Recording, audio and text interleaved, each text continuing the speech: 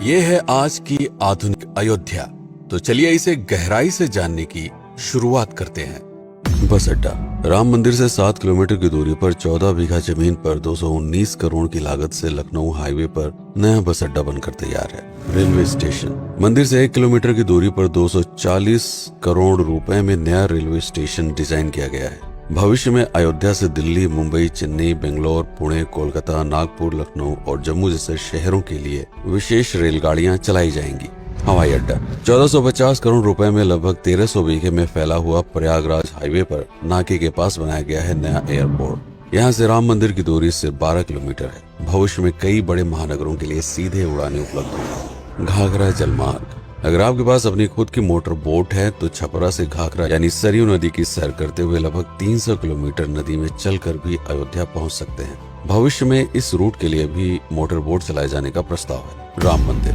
अयोध्या के राम मंदिर की कुल कीमत है 1800 करोड़। पूरी तरह बन जाने के बाद अयोध्या का मुख्य आकर्षण होगा।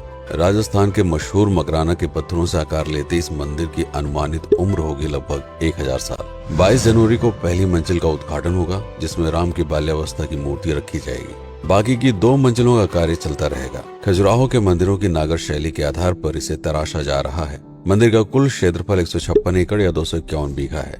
हनुमानगढ़ी। राम मंदिर से लगभग 800 मीटर की दूरी पर स्थित है हनुमानगढ़ी। मंदिर के आवासीय परिसर को मिलाकर यह लगभग 52 बीघे में फैला हुआ है। मंदिर की 76 सीढ़ियां चढ़कर हनुमान जी के दर्शन के बाद ही राम मंदिर में जाने का विधान है। यह मंदिर अयोध्या शहर के ठीक बीच में एक ऊंचे टीले पर बना है। शहर की तरफ आने वाले आक्रमणकारियों के आने की सूचना यहीं से प्राप्त करके अयोध्या के राजा तक भेजी जाती थी। इतिहासकारों के अनुसार जितनी बार भी अयोध्या पर आक्रमण हुआ, उतनी बार इस मंदिर को भी विध्वंस झेलना पड़ा। हालांकि सन्यासियों ने हर बार इस मंदिर को फिर से खड़ा किया। आज यह मंदिर रामानंद संप्रदाय और निर्वाणी अखाड़े के अधीन है। राम की पेड़ी। अयोध्या को सरयू नदी की भयंकर बाढ़ से बचाने के लिए इस बांध का निर्माण किया गया था, जिस पर श्रद्धालुओं के स्नान के लिए कई घाट बना दिए गए थे। इतिहासकारों के अनुसार जितनी बार भी बांध टूटता था, सरयू का पानी अयोध्या की गलियों में घुस आया करता था। इसी बाढ़ से बचने के लिए पूरे अयोध्या में जगह जगह पर ऊंचे टीले बनाए गए थे, जैसे राम टीला, हनुमान टीला, लक्ष्मण टीला। आज ये बांध अयोध्या का मुख्य पर्यटन स्थल बन चुका है। हर दीपावली पर यहाँ लाखों दिए जलाकर रामायण की उस घटना को उत्सव के रूप में मनाया जाता है जब श्री राम अयोध्या वापस लौटे थे।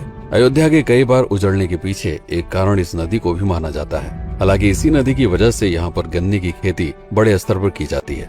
लता मंगेशकर चौराहा। नया घाट और बस स्टैंड के पास ही अयोध्या का मुख्य चौराहा 6.7 करोड़ रुपए में बनकर तैयार हुआ है। पद्मश्री से सम्मानित राम सुथार जी ने 2 माह के कठिन परिश्रम के बाद इस 40 फीट लंबी वीणा को आकार दिया। 14 टन की इस वीणा को लता जी के स्मृति चिन्ह के रूप में यहाँ पर लगाया गया है। इसीलिए इसका नाम नया घाट चौराहे से बदलकर लता मंगेशकर चौराहा कर दिया गया है। धर्मपथ। नया घाट से कुछ पहले सड़क के दोनों तरफ 30 फीट ऊंचे 40 सूर्य स्तंभ लगाए गए हैं, जिसे धर्मपथ का नाम दिया गया है, जो श्री राम के राजकुल सूर्यवंश का प्रतीक है।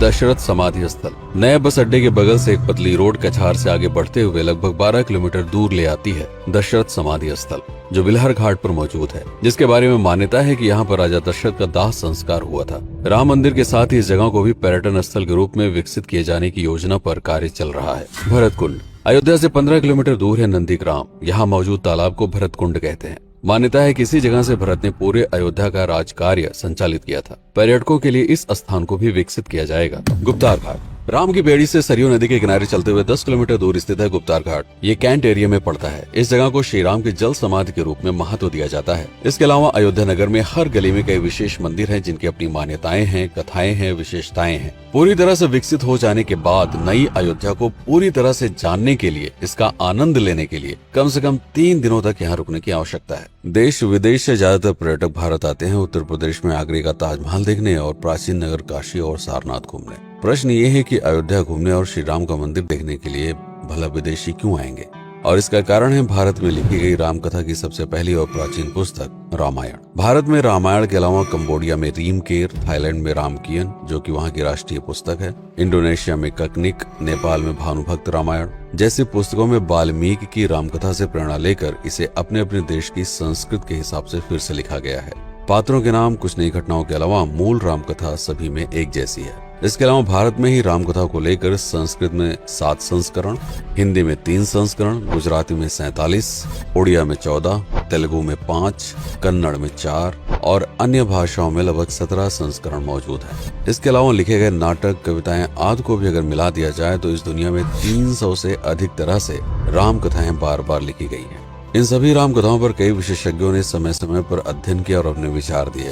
Father Camille Bulcke, Hermann Jacobi, Wendy Doniger, Edward अल खरर, Alf Hiltebeitel, Paula Richman, Aubrey Menen, Ramesh Menon, Radha Vishwanath, Shantanu Gupta, Meenakshi Jain, Lala Sitaram, Swami Gyanananda Saraswati जैसे कई लोगों ने समय समय पर राम कथा को लेकर गहन शोध किया और इसमें छिपे हुए मूल कथा के साथ ही इसके इतिहास को समझने का प्रयास भी किया।